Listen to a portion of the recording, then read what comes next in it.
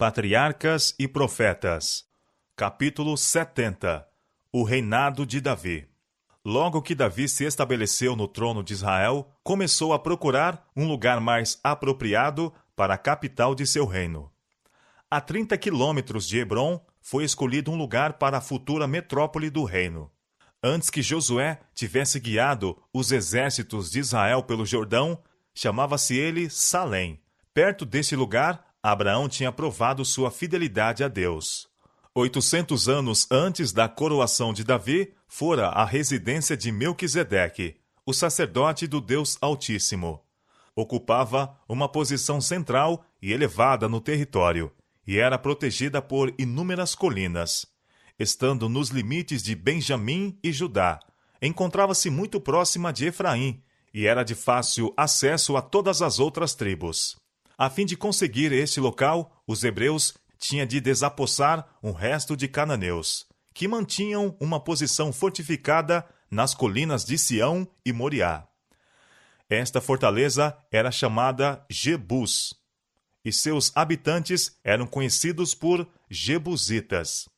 Durante séculos, Jebus fora considerada inexpugnável, mas foi sitiada e tomada pelos hebreus sob o comando de Joabe, que, como recompensa de seu valor, foi feito comandante-geral dos exércitos de Israel.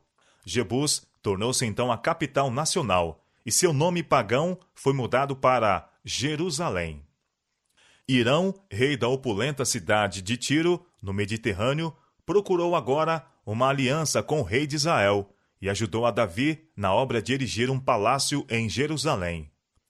Foram enviados de Tiro embaixadores, acompanhados de arquitetos e operários, e longas caravanas carregadas de valiosa madeira, troncos de cedro e outros materiais de valor. A força crescente de Israel, em sua união sob o governo de Davi, a aquisição da fortaleza de Jebus e a aliança com Hirão, rei de Tiro, provocaram a hostilidade dos filisteus, que invadiram de novo o território com uma grande força, tomando posição no vale de Refaim, a pequena distância de Jerusalém. Davi e seus homens de guerra retiraram-se à fortaleza de Sião para esperar a direção divina. Subirei contra os filisteus? Entregar-mos-ás nas minhas mãos? E disse o Senhor a Davi: sobe, porque certamente entregarei os filisteus nas tuas mãos. 2 Samuel, capítulo 5, versos 17 a 25. Davi avançou contra o inimigo imediatamente, derrotou-os e destruiu-os, e tomou deles os deuses que tinham trazido consigo, a fim de assegurarem a vitória. Exasperados pela humilhação da derrota, os filisteus ajuntaram uma força ainda maior e voltaram ao conflito. E novamente se estenderam pelo vale de Refaim. De novo, Davi procurou ao Senhor, e o grande Eu Sou tomou a direção dos exércitos de Israel. Deus instruiu a Davi dizendo: não subirás, mas rodeia por detrás deles, e virás a eles por defronte das amoreiras. E há de ser que, ouvindo tu um estrondo de marcha pelas copas das amoreiras, então te apressarás, porque o Senhor saiu então diante de ti a ferir o arraial dos filisteus. Se Davi, como Saul, tivesse escolhido o seu próprio caminho, o êxito não teria acompanhado. Mas ele fez conforme o Senhor mandou, e feriram o exército dos filisteus desde Gibeon até Gezer. Assim se espalhou o nome de Davi por todas aquelas terras, e o Senhor pôs o seu temor sobre todas aquelas gentes. 1 Crônicas, capítulo 14, verso 16 e 17. Agora que Davi estava firmemente estabelecido no trono e livre da invasão de adversários estrangeiros, volveu à realização de um acariciado propósito: trazer a arca de Deus a Jerusalém. Durante muitos anos, a arca permanecera em Kiriat Jearim, distante 13 quilômetros, mas cumpria que a capital da nação fosse honrada com o sinal da presença divina. Davi convocou 30.000 dos principais homens de Israel, pois era seu intuito tornar aquele ato um espetáculo de grande regozijo e imponente manifestação. O povo correspondeu alegremente ao convite. O sumo sacerdote, juntamente com seus irmãos no ofício sagrado, e os príncipes e homens principais das tribos reuniram-se em Kiriat Jearim. Davi estava radiante de santo zelo. A arca foi trazida da casa de Abinadab e colocada em um carro novo puxado por bois, enquanto 2 dos filhos de Abinadab a acompanhavam. Os homens de Israel iam em seguimento, com exultantes aclamações e com cânticos de regozijo, unindo-se melodiosamente uma multidão de vozes com som de instrumentos músicos. Davi e toda a casa de Israel alegravam-se perante o Senhor, com harpas e com saltérios, e com tamboris, e com pandeiros, e com símbolos. Fazia-se muito tempo que Israel não via uma cena de triunfo como aquela. Com alegria solene, o vasto cortejo serpeava por entre as colinas e vales em direção à santa cidade. Mas, chegando a eira de Nacon, estendeu Uzá a mão à arca de Deus e teve a mão nela, porque os bois a deixavam pender. Então, a ira do Senhor se acendeu contra Uzá, e Deus o feriu ali por esta imprudência, e morreu ali, junto à arca de Deus. Um súbito terror caiu sobre a multidão jubilosa. Davi ficou espantado e grandemente alarmado, e intimamente pôs em dúvida a justiça de Deus. Ele estivera procurando honrar a arca como símbolo da presença divina. Porque, pois, havia sido aquele terrível juízo para mudar a ocasião de alegria em dor e lamentação? Entendendo que não seria de bom aviso ter a arca perto de si, resolveu Davi deixá-la ficar onde estava. Foi encontrado perto para ela um lugar na casa de Obed-edom, o geteu. A sorte de Uzá foi como um juízo divino pela violação de um mandado muito explícito. Por meio de Moisés, o Senhor dera instrução especial com relação ao transporte da arca. Ninguém, a não serem os sacerdotes, descendentes de Arão, deviam tocá-la, ou mesmo olhar para ela, estando descoberta. A instrução divina era: os filhos de Coate virão para levá-lo, mas no santuário não tocarão, para que não morram. Números capítulo 4, verso 15. Os sacerdotes deviam cobrir a arca, e então os coatitas deviam carregá-la pelas hastes, as quais eram colocadas em argolas de cada lado da arca, e nunca se removiam. Aos gersonitas e meraritas, que tinham a seu cargo as cortinas, as tábuas e as colunas do tabernáculo, Moisés deu carros e bois para o transporte daquilo que lhes era confiado. Mas aos filhos de Coate nada deu, porquanto a seu cargo estava o santuário e o levavam aos ombros. Números capítulo 7, verso 9. Assim, no trazer a arca de Kiriat Jearim, houve uma desatenção direta e indesculpável às determinações do Senhor. Davi e seu povo tinham se congregado para efetuar uma obra sagrada, e a mesma entregaram-se com coração alegre e disposto. Mas o Senhor não podia aceitar o serviço, porque não era efetuado de acordo com suas orientações. Os filisteus, que não tinham conhecimento da lei de Deus, haviam colocado a arca em um carro quando a devolveram a Israel, e o Senhor aceitou o esforço que fizeram. Mas os israelitas tinham em suas mãos uma declaração compreensível da vontade de Deus em todas estas questões, e sua negligência a tais instruções desonrava a Deus. Em Uzá recaía a maior culpa de arrogância. A transgressão à lei de Deus diminuíra a intuição que ele tinha da santidade da mesma, e tendo sobre si pecados não confessados, atrevera-se, em face da proibição divina, a tocar no símbolo da presença de Deus. Deus não pôde aceitar uma obediência parcial, uma maneira frouxa de tratar os seus mandamentos. Pelo juízo sobre Uzá, era seu intuito impressionar todo Israel quanto à importância de dar estrita atenção aos seus requisitos. Assim, a morte daquele homem, levando o povo ao arrependimento, poderia impedir a necessidade de infligir juízos sobre milhares. Sentindo que seu próprio coração não era inteiramente reto para com Deus, Davi, vendo o golpe desferido em Uzá, temera a arca, receoso de que algum pecado de sua parte acarretasse juízo sobre si. Mas Obed-edom embora se regozijasse com temor, acolheu gratamente o símbolo sagrado como a garantia do favor de Deus aos obedientes. A atenção de todo Israel dirigiu-se agora ao geteu e sua casa. Todos estavam vigilantes para ver o que lhes aconteceria. E abençoou o Senhor a Obed-edom e a toda a sua casa. A reprovação divina cumpriu a sua obra em Davi. Foi levado a compenetrar-se, como nunca dantes, da santidade da lei de Deus e da necessidade de obediência estrita. O favor manifesto à casa de Obed-edom levou Davi novamente a esperar que a arca pudesse trazer uma bênção a ele e a seu povo. No fim de 3 meses, resolveu fazer outra tentativa para mudar a arca e dispensou agora cuidadosa atenção à execução das instruções do Senhor em todo o pormenor. De novo foram convocados os homens principais da nação, e uma vasta congregação se reuniu em torno da residência do geteu.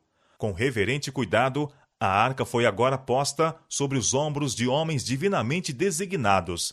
A multidão pôs-se em linha, e com corações a tremer, o grande séquito partiu novamente. Depois de caminharem 6 passos, a trombeta deu sinal de parada. Por determinação de Davi, deveriam ser oferecidos sacrifícios de bois e carneiros cevados. O júbilo, então, tomou lugar do tremor e do terror. O rei depusera suas vestes reais e vestira-se com um simples éfode de linho, como o que era usado pelos sacerdotes. Não dava a entender, por este ato, que assumira as funções sacerdotais, pois que o éfode era algumas vezes usado por outros além dos sacerdotes.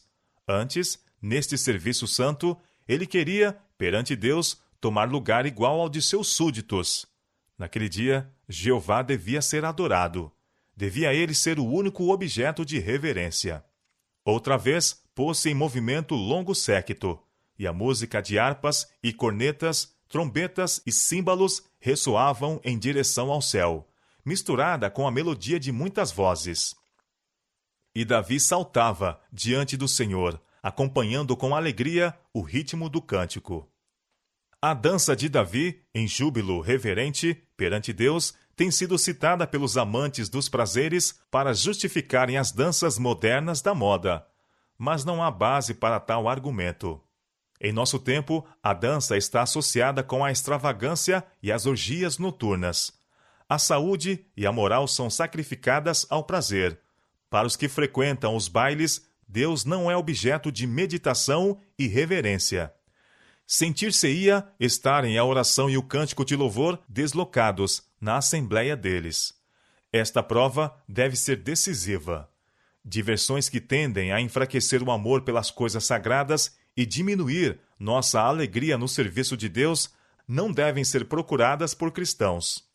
A música e dança, em jubiloso louvor a Deus, por ocasião da mudança da arca, não tinham a mais pálida semelhança com a dissipação da dança moderna. A primeira tendia à lembrança de Deus e exaltava seu santo nome. A última é um ardil de Satanás para fazer os homens se esquecerem de Deus e o desonrarem. O triunfal cortejo aproximou-se da capital, acompanhando o símbolo sagrado de seu rei invisível. Então, uma explosão de cânticos exigiu dos guardas, sobre os muros, que as portas da santa cidade se abrissem amplamente. Levantai, ó portas, as vossas cabeças. Levantai-vos, ó entradas eternas, e entrará o Rei da Glória. Um grupo de cantores e instrumentistas respondeu: Quem é este Rei da Glória? Do outro grupo veio a resposta: O Senhor, forte e poderoso, o Senhor, poderoso na guerra. Então centenas de vozes, unindo-se, avolumaram o coro triunfal. Levantai, ó portas, as vossas cabeças. Levantai-vos, ó entradas eternas, e entrará o Rei da Glória. De novo se ouve a alegre interrogação: Quem é este Rei da Glória? E a voz daquela grande multidão, como o som de muitas águas, foi ouvida em arrebatadora resposta: O Senhor dos Exércitos, Ele é o Rei da Glória. Salmo, capítulo 24, versos 7 a 10. Então as portas se abriram amplamente, o cortejo entrou, e com temor reverente, a arca foi depositada na tenda que tinha sido preparada para sua recepção. Diante do recinto sagrado foram erigidos altares para sacrifício. A fumaça das ofertas pacíficas e holocaustos e a nuvem de incenso, com os louvores e súplicas de Israel, ascendiam ao céu. Terminado o serviço religioso, o próprio rei pronunciou uma bênção sobre seu povo. Então, com régia munificência, ordenou que presentes de alimentos e vinho fossem distribuídos para a merenda entre eles. Todas as tribos estiveram representadas neste serviço, a celebração do acontecimento mais sagrado, que até então assinalara o reinado de Davi. O espírito de inspiração repousara sobre o rei, e agora, banhando os últimos raios do sol poente o tabernáculo, com uma consagrada luz, seu coração se ergueu em gratidão a Deus por estar agora o símbolo de sua presença tão perto do trono de Israel. Assim, meditando, volveu Davi ao seu palácio, para abençoar a sua casa. Mas havia alguém que testemunhara a cena de regozijo, com um espírito grandemente diverso do que movia o coração de Davi. Entrando a arca do Senhor na casa de Davi, Mical, a filha de Saul, estava olhando pela janela, e vendo ao rei Davi, que ia bailando e saltando diante do Senhor, o desprezou no seu coração. Na amargura de sua paixão, ela não pôde esperar a volta de Davi ao palácio, mas saiu ao seu encontro, e à sua amável saudação derramou uma torrente de palavras amargas. Penetrante e incisiva foi a ironia de seu discurso. Quão honrado foi o rei de Israel, descobrindo-se hoje aos olhos das servas de seus servos, como sem pejo se descobre qualquer dos vadios. Davi compreendeu que fora o serviço de Deus que Mical havia desprezado e honrado, e respondeu severamente: perante o Senhor, que me escolheu a mim antes do que a teu pai e a toda a sua casa, mandando-me que fosse chefe sobre o povo do Senhor, sobre Israel, perante o Senhor me tenham alegrado. E ainda mais do que isto, me envilecerei e me humilharei aos meus olhos, e das servas de quem falaste, delas serei honrado. A reprovação de Davi foi acrescentada do Senhor. Por causa de seu orgulho e arrogância, Mical não teve filhos, até ao dia da sua morte. As cerimônias solenes que acompanharam a mudança da arca tinham produzido uma impressão duradoura no povo de Israel, despertando um interesse maior no serviço do santuário e acendendo de novo seu zelo por Jeová. Davi se esforçara por todos os meios ao seu alcance para aprofundar estas impressões. O serviço do cântico tornou-se uma parte regular do culto religioso, e Davi compôs salmos não somente para o uso dos sacerdotes no serviço do santuário, mas também para serem cantados pelo povo em suas jornadas ao altar nacional das festas anuais. A influência assim exercida era de grande alcance e teve como resultado libertar da idolatria a nação. Muitos dos povos circunvizinhos, vendo a prosperidade de Israel, eram levados a pensar favoravelmente acerca do Deus de Israel, que havia feito tão grandes coisas por seu povo. O tabernáculo construído por Moisés, juntamente com tudo que se relacionava com o serviço do santuário, com exceção da arca, ainda se encontrava em Gibeá. Era propósito de Davi tornar Jerusalém o centro religioso da nação. Ele erigira um palácio para si, e achou que não era coerente ficar a arca de Deus dentro de uma tenda. Resolveu construir para ela um templo de tal magnificência que exprimisse a apreciação de Israel, a honra conferida à nação pela contínua presença de Jeová, seu rei. Comunicando seu propósito ao profeta Natã, recebeu a animadora resposta: vai e faze tudo quanto está no teu coração, porque o Senhor é contigo.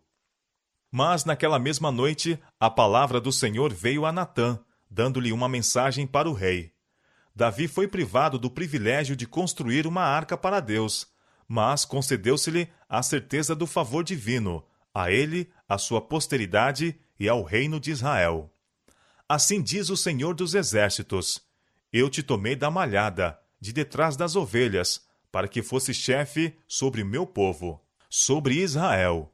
e fui contigo por onde quer que foste, e destruí a teus inimigos diante de ti, e fiz para ti um grande nome, como o nome dos grandes que há na terra. E preparei lugar para meu povo, para Israel, e o plantarei para que habite no seu lugar, e não mais seja movido, e nunca mais os filhos da perversidade o aflijam, como dantes. Tendo Davi desejado construir uma casa para Deus, foi feita a promessa. O Senhor te fez saber que o Senhor te fará casa. Farei levantar depois de ti a tua semente. Este edificará uma casa ao meu nome, e confirmarei o trono do seu reino para sempre. A razão por que Davi não devia construir o templo foi declarada. Tu derramaste sangue em abundância, e fizeste grandes guerras. Não edificarás casa ao meu nome.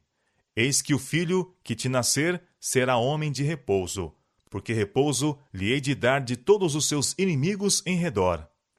Salomão será o seu nome, e paz e descanso darei a Israel nos seus dias. Este edificará casa ao meu nome. 1 Crônicas, capítulo 22, versos 8 a 10. Embora o acariciado intento de seu coração fosse negado, Davi recebeu a mensagem com gratidão. Quem sou eu, Senhor Jeová? Exclamou ele. E qual é a minha casa que me trouxeste até aqui? E ainda foi isto pouco aos teus olhos, Senhor Jeová, senão que também falaste da casa de teu servo para tempos distantes. E então renovou seu concerto com Deus. Davi sabia que seria uma honra a seu nome e traria glória ao seu governo realizar a obra que em seu coração se tinha proposto fazer, mas estava disposto a submeter sua vontade à vontade de Deus. A grata resignação assim manifesta, raro se vê, mesmo entre cristãos. Quantas vezes aqueles que têm passado pela força da varonilidade apegam-se à esperança de realizar alguma obra em que põem seu coração, mas que não estão em condições de efetuar. A providência de Deus pode falar-lhes, como fez o seu profeta Davi, declarando que a obra que desejam tanto não lhes é confiada. A eles toca preparar o caminho para que outro o cumpra. Mas, em vez de se submeterem com gratidão à direção divina, muitos se retraem, como se fossem menosprezados e rejeitados, entendendo que se não podem fazer a coisa que desejam, não farão nada. Muitos se apegam com desesperada energia a responsabilidades que são incapazes de arrostar, e em vão se esforçam por cumprir uma obra para que são incapazes, enquanto aquela que podem fazer jaz negligenciada. E por causa desta falta de cooperação de sua parte, o trabalho maior é impedido ou frustrado. Davi, em seu concerto com Jonatas, prometera que quando ele tivesse descanso de seus inimigos, mostraria benignidade à casa de Saul. Em sua prosperidade, lembrando-se deste concerto, indagou o rei. Há ainda alguém que ficasse da casa de Saul, para que lhe faça bem por amor de Jonatas? Falaram-lhe acerca de um filho de Jonatas, Mefibosete, que tinha sido coxo desde a infância. Por ocasião da derrota de Saul pelos filisteus em Jezreel, a ama desta criança, tentando fugir com ela, deixara cair, tornando-a, assim, um aleijado para toda a vida. Davi mandou chamar agora o jovem à corte, e o recebeu com grande bondade. As posses particulares de Saul foram-lhe restituídas para a manutenção de sua vida. Mas o filho de Jonatas deveria ser hóspede constante do rei, sentando-se diariamente à mesa real. Por meio de boatos, por parte dos inimigos de Davi, Mefibosete fora levado a acalentar forte preconceito contra ele como um usurpador. Mas a recepção generosa e cortês do monarca a ele e sua contínua bondade conquistaram o coração do moço. Ele se afeiçoou grandemente a Davi, e como seu pai Jonatas, sentiu que seu interesse era o mesmo do rei que Deus escolhera. Depois do estabelecimento de Davi no trono de Israel, a nação gozou de um longo período de paz. Os povos circunvizinhos, vendo a força e unidade do reino, logo acharam prudentes desistir de francas hostilidades. E Davi, ocupado com a organização e levantamento de seu reino, absteve-se de guerra agressiva. Entretanto, fez afinal guerra aos velhos inimigos de Israel, aos filisteus e aos moabitas, e conseguiu vencer a uns e outros, e torná-los tributários. Formou-se então contra o reino de Davi uma vasta coligação das nações circunjacentes, da qual resultaram as maiores guerras e vitórias de seu reinado, e o maior acréscimo ao seu poderio. Esta aliança hostil, que realmente nasceu da inveja do poder crescente de Davi, não foi absolutamente provocada por ele. As circunstâncias que determinaram sua formação foram estas. Foram recebidas em Jerusalém notícias anunciando a morte de Naás, rei dos Amonitas, monarca este que mostrara bondade para com Davi, quando este fugia da ira de Saul. Agora, desejando exprimir sua grata apreciação pelo favor que lhe fora mostrado em sua situação angustiosa, Davi enviou embaixadores com uma mensagem de simpatia a Anum, filho e sucessor do rei Amonita. Usarei de beneficência com Anum, filho de Naás, como seu pai usou de beneficência comigo, disse Davi. Mas seu ato de cortesia foi mal interpretado. Os amonitas odiavam o Deus verdadeiro e eram atrozes inimigos de Israel. A bondade aparente de Naás a Davi fora motivada inteiramente pela hostilidade para com Saul como rei de Israel. A mensagem de Davi foi mal interpretada pelos conselheiros de Anum. Disseram a seu senhor Anum: porventura honra Davi a teu pai aos teus olhos, porque te enviou consoladores? Porventura não te enviou Davi os seus servos para reconhecerem esta cidade e para espiá-la e para transtorná-la? Foi por sugestão a seus conselheiros que Naás, meio século antes, fora levado a formular a cruel condição exigida do povo de Jabes Gileade, quando, sitiado pelos amonitas, solicitara um concerto de paz. Naás reclamara o privilégio de arrancar de todos o olho direito. Os amonitas ainda se lembravam vividamente de como o rei de Israel transtornara seu cruel desígnio e livrara o povo que eles teriam humilhado e mutilado. O mesmo ódio a Israel ainda os movia. Não podiam conceber o espírito generoso que havia inspirado a mensagem de Davi. Quando Satanás domina a mente dos homens, ele excita a inveja e a suspeita que levarão a mal mesmo as melhores intenções. Dando ouvido a seus conselheiros, Anum considerou os mensageiros de Davi como espias e os cumulou de escárnio e insulto. Aos amonitas foram permitidos executar os seus maus propósitos de coração, sem serem restringidos nisto, a fim de que pudesse revelar-se a Davi o seu verdadeiro caráter.